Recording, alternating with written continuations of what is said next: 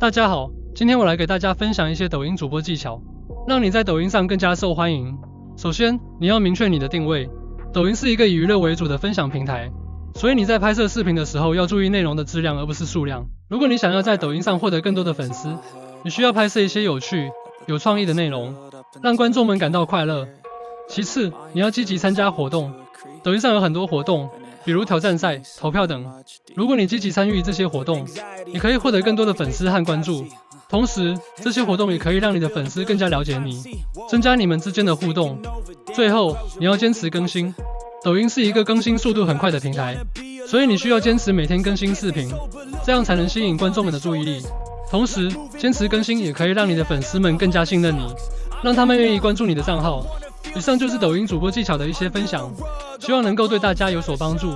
记住，在抖音上要坚持创作高质量的内容，积极参加活动，并且保持耐心和热情。